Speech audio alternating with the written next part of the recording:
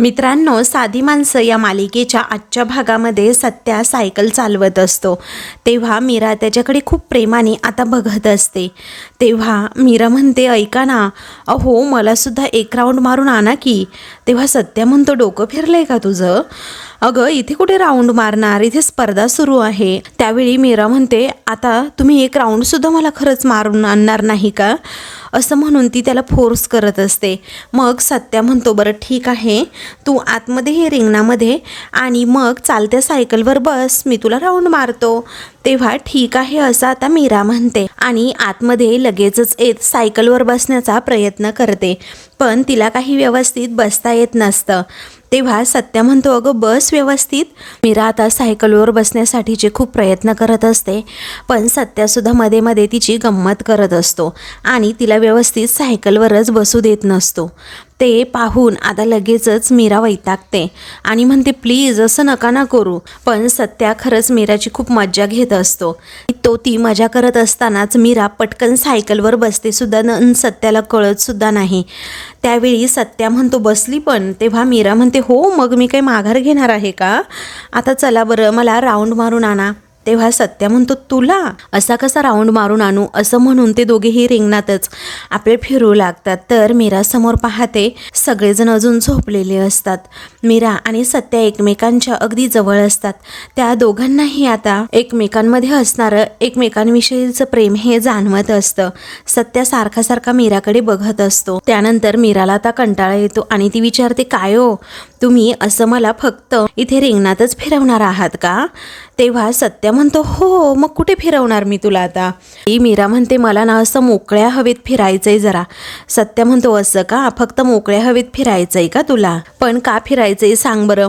तेव्हा ती म्हणते, का ते महत्त्वाचं नाही, बायकोची इच्छा आहे ना हे महत्त्वाचं. आणि आता तुम्ही बघा की ते आयोजक आहेत ना, ते सुद्धा झोपलेले आहेत, त्यामुळे एकदा आपण बाहेर जाऊ आणि राऊंड मारूयात ना. तेव्हा सत्या म्हणतो, नाही, हे स्पर्धेच्या नियमात नाही बसत, आपण असं नाही बाहेर जाऊ शकत. मग आता मीरा म्हणते की हे पहा, तुम्ही सत्यादादा आहात सत्यादादा, आणि बायकोची एवढीशी इच्छा पूर्ण करू शकत नाही का? तेव्हा सत्या म्हणतो, असं आहे का, बरं बाकीच्यांचं जाऊ दे, परंतु बायकोची इच्छा तर मला पूर्ण करावीच लागणार. असं म्हणून आता तो लगेचच रिंगणाबाहेर मीराला घेऊन जातो. मग आता मीरा आणि सत्या हे दोघेही रोडवर जातात. मीराला खूप छान वाटतं. ती म्हणते, मला असं वाटतंय ना, आयुष्यभर अगदी तुमच्याबरोबर नेहमी फिरत जावं. मग आता मीरा पुढे गप्पा मारत चालते आणि म्हणते, तुम्हाला माहिती आहे, मी तर कधी विचारसुद्धा केला नव्हता. अहो विचार सोडा, आता तर आपण जागे आहोत. अहो मला तर स्वप्नात सुद्धा वाटलं नव्हतं की तुमच्यासारखा एवढा भारी नवरा मला मिळेल, आणि अजून काय हवं असतं एका मुलीला. तेव्हा सत्या म्हणतो, पण माझ्या बाबतीत ना जरा उलटच झालं बघ. मग मीरा विचारते, काय उलट झालं? तेव्हा सत्या म्हणतो, मी तर कधी स्वप्नात सुद्धा विचार केला नव्हता की मला एवढी ना खडूस बायको भेटेल म्हणून. तेव्हा मीरा रागाने विचारते, काय मला खडूस म्हणालात तुम्ही? असं म्हणून ती सत्याला 2-3 फटके मारते. सत्य म्हणतो, नको ना मारू, अगं मला एवढंच म्हणायचंय की एवढी खडूस, एवढी नकटी, आणि एकदा बोलायला लागली की नुसतीच आपली अशी बोलत सुटणारी. आता तूच बघ ना, एवढा मी सांगलीचा सत्या दादा, पण कसं आहे ना, माझी बायको तर माझ्यावरच दादागिरी करते. तेव्हा मीरा म्हणते, हो मग करणारच ना दादागिरी. मग सत्य हसतो आणि म्हणतो, पण तुला सांगू, तिच्यासारखी ना या जगात दुसरी कोणीच नाही, कारण धूमकेतू नाही तर कुणीच नाही माझ्या आयुष्यात, असं म्हणून तो तिच्यावर असणारं प्रेम व्यक्त करत असतो. मग मीरा म्हणते, तुम्हाला सांगू एक, अहो तुम्ही माझ्या बरोबर असलात ना तर खरं सांगू, मला कसली म्हणजे कसलीच काळजी नसते. पुढे मीरा म्हणते, मला सुद्धा असंच वाटतं, कारण घरी जर कधी काय झालं, कधी भांडणं झाली, कधी काही माझ्या बाजूने बोलायची वेळ आली, तर मला कधीच टेन्शन येत नाही कसलं. काम तर काय मी कितीही करेन, परंतु असे टोमणे नाही ऐकून घेणार कधी. पण मला ना त्या गोष्टीचं टेन्शन येत नाही, कारण तुम्ही नेहमी माझ्या पाठीमागे खंबीरपणे उभे असतात ना म्हणून. आणि तुम्ही फक्त माझ्या संग असला ना तर सगळं निभावलं जातं.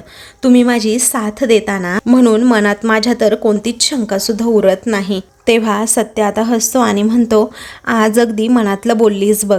मग मीरा म्हणते, मी तर फक्त बोलले अहो तुम्ही तर अगदी करूनच दाखवताय. सत्य म्हणतो, असं नाही आहे धूमकेतू. अगं आज मी जे काही आहे ना ते फक्त आणि फक्त तुझ्यामुळे आहे. तू माझं मन जपण्यासाठी काय काय करत असते, मग तू एवढं केलं तर कुठे काय बिघडतं. तेव्हा मीरा म्हणते, असंच असतं ते. आता बायकोने नवऱ्याचं मन जपायला नको का? अहो बायकोने नवऱ्याचं आणि नवऱ्याने बायकोचं मन जपायचं असतं. असं म्हणून मीरा आता खूप खुश असते. सत्याही तेवढाच खुश असतो, कारण ते दोघे आज एकत्र खूप दिवसानंतर फिरत असतात. त्यानंतर मीरा आपले अशी दोन्हीही हात बाजूला करते आणि आनंद घेत असते फिरण्याचा. सत्य तिच्याकडे बघत राहतो, कारण मीरा अगदी मुक्तपणे फिरत असते. तिला आता कसलंच भान नसतं.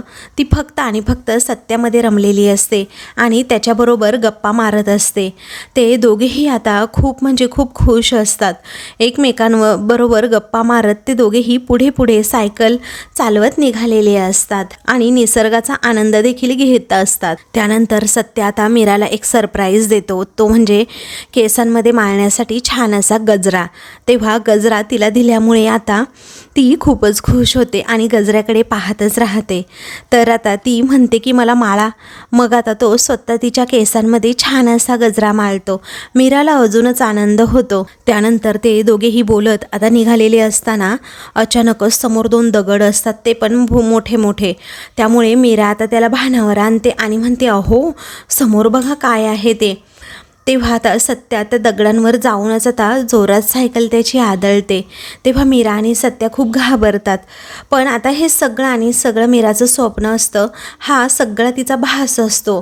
ती तेथेच त्या मैदानाच्या तेथे झोपलेली असते आणि ताडकन उठून समोर पाहते. तर सत्या आता लगेचच तिच्याकडे पाहतो आणि त्याच्या अंगात एवढी ताकद सुद्धा नसते की तो सायकल चालवू शकेल. त्यानंतर आता सत्याला खूपच कसं तरी होऊ लागतं. तेव्हा मीरा आता मोठ्यानेच ओरडते, अहो. मग आता मीराचा आवाज ऐकून सगळे आयोजक वगैरे अनाउन्सर उठतात आणि सत्याकडे पाहू लागतात. सत्या जरा कोलमडू लागतो, पण आता मीरा आतमध्ये येते आणि सत्याच्या चेहऱ्याला हात लावते. मग आता तिला समजतं की सत्याला खूप ताप आलाय. मग आता मीरा घाबरते आणि म्हणते, अहो हे सोडा, बस झालं. आता जीवाशी असा खेळ करू नका प्लीज, नका करू खेळ असा. तुम्ही उतरा बरं आणि चला घरी अगोदर. तेव्हा सत्या म्हणतो, नाही धूमकेतू, मी नाही येणार आता घरी. मग आता मी इथपर्यंत आलोय ना, आता नाही घरी येऊ शकत असं तो म्हणत असतो. मीरा म्हणते, अहो अख्खं आयुष्य पडलंय आपल्या पुढे, आपण असं नाही आता इथे थांबू शकत. अहो तुमच्या जीवाला काही झालं तर मग मी काय करायचं. अहो आपल्याला हे कितीला पडेल. तेव्हा सत्या मीराला म्हणतो, हे बघ धूमकेतू, कठीण परिस्थितीमध्ये कमावलेलं यश हे खरंच खूप भारी असतं बघ. तू बघशीलच, तू ना फक्त आणि फक्त थोडा धीर धर आणि माझ्याबरोबर जरा राहा. तेव्हा मीरा म्हणते, अहो पण. सत्या लगेचच तिला शब्देमध्ये अडकवतून पुढे काही बोलू देत नाही. मीरा म्हणते, एक शब्दसुद्धा ऐकणार नाही ना आता तुम्ही माझा. मग त्यानंतर मीरा आता म्हणते, जरा थांबताय का तुम्ही. त्यावेळी सत्या तशीच सायकल चालवत असतो. त्यानंतर मीरा आता रिंगणाबाहेर जाते आणि लगेचच सत्यासाठी चहा घेऊन येते. तेव्हा सत्याला आता म्हणते की थोडासा चहा घ्या. चहा गरम असल्यामुळे सत्याला काही पटकन तो घेता येत नाही. ते पाहून मीरा म्हणते, अहो गरम आहे, जरा हळू घ्या ना चहा. मग आता त्यानंतर सत्या हा हळूहळू आपला चहा पिऊ लागतो. मीराला सत्याची खूपच काळजी वाटू लागते. त्यानंतर ती आजीला डायरेक्ट कॉल करते. तेव्हा आजी विचारते, काय ग मीरा, काय झालं. तेव्हा मीरा म्हणते, आजी अहो यांना ताप येतोय आणि माझं ना काहीच ऐकाने झालेत, मी काय करू सांगा बरं. आजी म्हणते, असं का वागतोय पण तो. मग मीरा म्हणते, हो ना, मलाच कळत नाही, यांची तब्येत बिघडत चालली आहे इकडे, पण हे सायकल सोडायलाच तयार नाही आहेत. आजी तुम्ही येता का इकडे आणि त्यांना तुम्हीच सांगा प्लीज. मग आता आजी म्हणते, हो बरं ठीक आहे, तू अगोदर शांत हो, काही काळजी करू नको, सगळं होईल ठीक. तर इकडे सत्या अजूनही चहा पिल्यानंतर ती सायकल चालवू लागतो. तेव्हा मीराला खूप टेन्शन येतं. तिला असं वाटत असतं की कधी एकदा आजी आणि सुधाकरराव इकडे येतील, म्हणजे यांना समजावतील सुद्धा. तर आता दुसरीकडे आजी ही सुधाकररावांकडे येते. तर ते आपले केस विंचरत तिथे रूममध्ये उभे असतात. त्याचवेळी आजी म्हणते, सुधा ऐक ना. तेव्हा ते विचारतात काय झालं ग आई? आजी म्हणते अरे बघ ना, सत्याला खूप ताप यायला लागलाय आणि तो ऐकतच नाही म्हणतात आणि आता ना आपल्याला जावं लागेल तिकडे. तेव्हा सुधाकर राव आणि आजी दोघेही जायला निघतात. तेव्हा निरूपा आता म्हणते कुठेही जायचं नाही, चहा नाश्ता झाल्याशिवाय तर अजिबात कुठेही जायचं नाही. तेव्हा सुधाकर राव म्हणतात की हे बघ सत्यजितला ताप आलाय त्यामुळे आम्हाला जावं लागेल.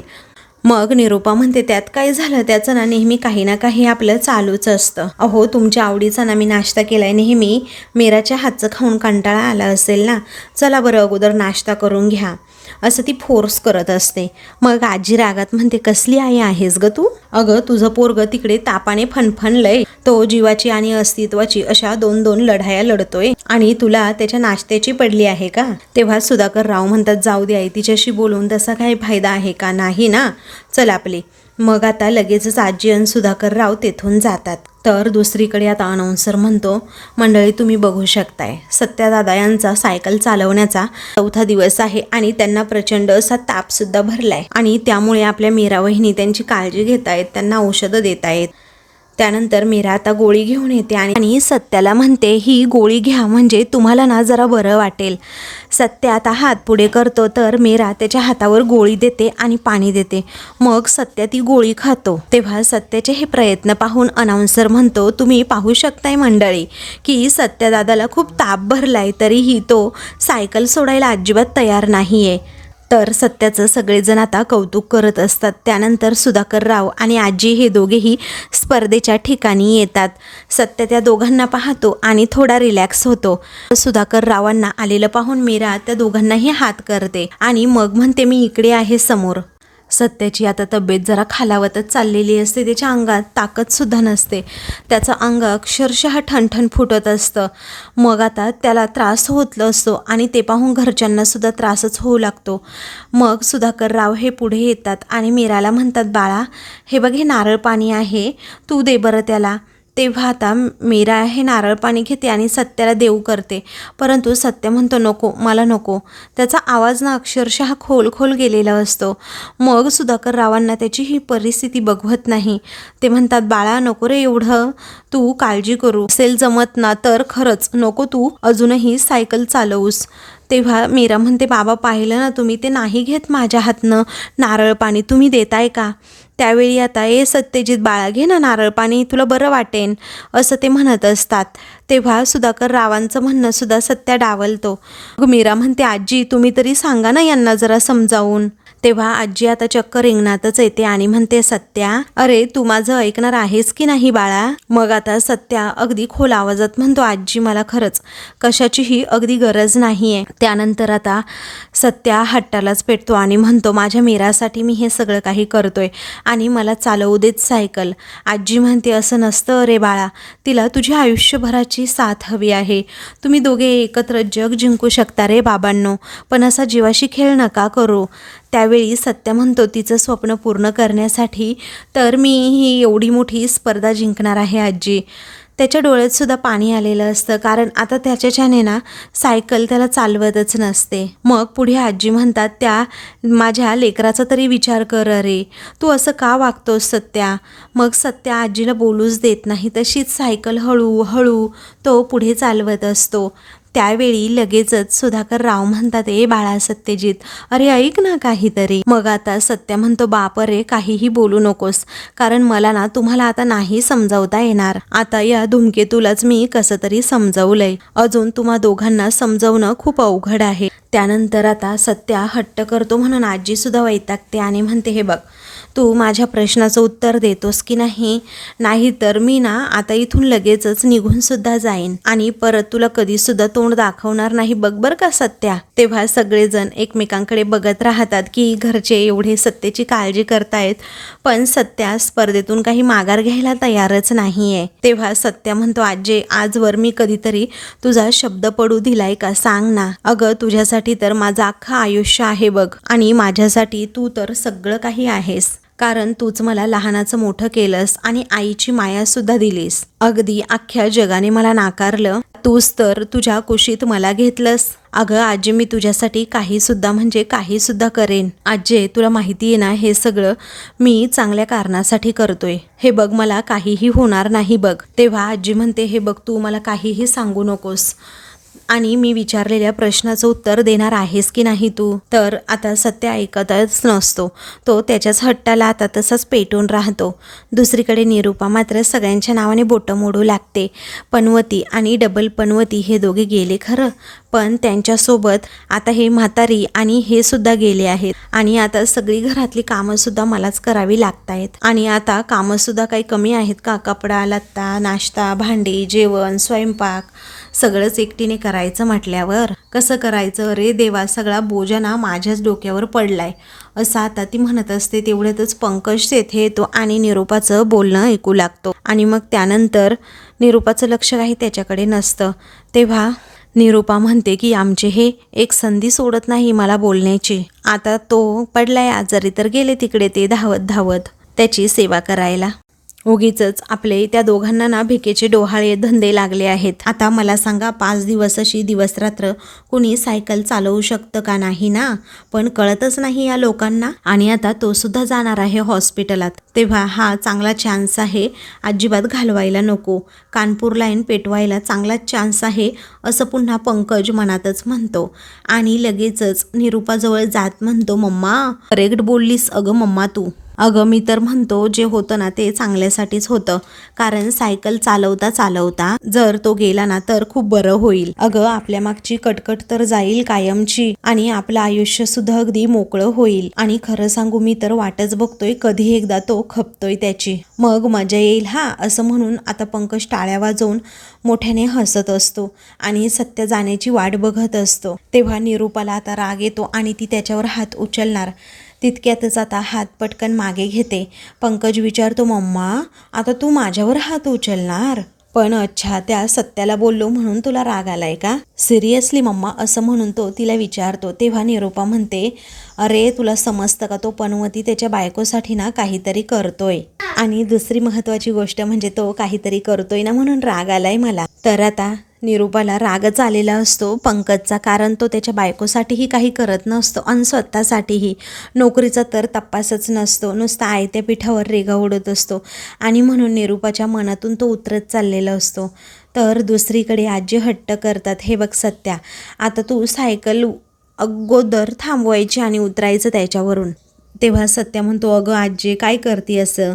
मग आजी म्हणते, पण तू सायकल चालवायला लागल्यापासून ना बरोबर 5व्या दिवशीच उतरायचं आणि त्याचवेळी सायकलवरून उतरायचं जेव्हा तुझे 5 दिवस पूर्ण होतील ना तेव्हा. हे बघ सत्या, तू माझा नातू आहेस ना, हे ध्यानात ठेव. आपण वाकड्या वाटेला कधीही जाणार नाही, पण गेलो तर पाठीमागे हटायचं नाही. आणि आता उचलला आहेस ना या स्पर्धेचा विडा, मग आता तो पूर्ण करूनच तू दाखवायचा आहे, समजलं? हे बघ, कोणतीही गोष्ट कितीही अशक्य वाटू देत, ती पूर्ण करायचीच. आता अजिबात थांबायचं नाही. आता लढायचं म्हणजे लढायचंच. खऱ्याची साथ ठेवून हरणाऱ्या बाजीतून सुद्धा सत्याची जीत लिहिणाऱ्याला सत्यजित म्हणतात, असं आजी काहीच शब्द वापरत सत्याला प्रोत्साहन देत असते, सत्याची ताकद वाढवत असते आणि म्हणत असते की हे बघ सत्या, काहीही झालं तरी आता माघार घ्यायची नाही, तू जिंकायचं म्हणजे जिंकायचंच. त्यानंतर आता आजी म्हणते, हे बघ सत्याला आणि मीराला सुद्धा माहीत आहे आणि मला व सुधाला सुद्धा माहीत आहे, पण आता सगळ्या सांगलीला समजू देत आणि जर वेळ संपायच्या अगोदर तू जमिनीला पाय लावलास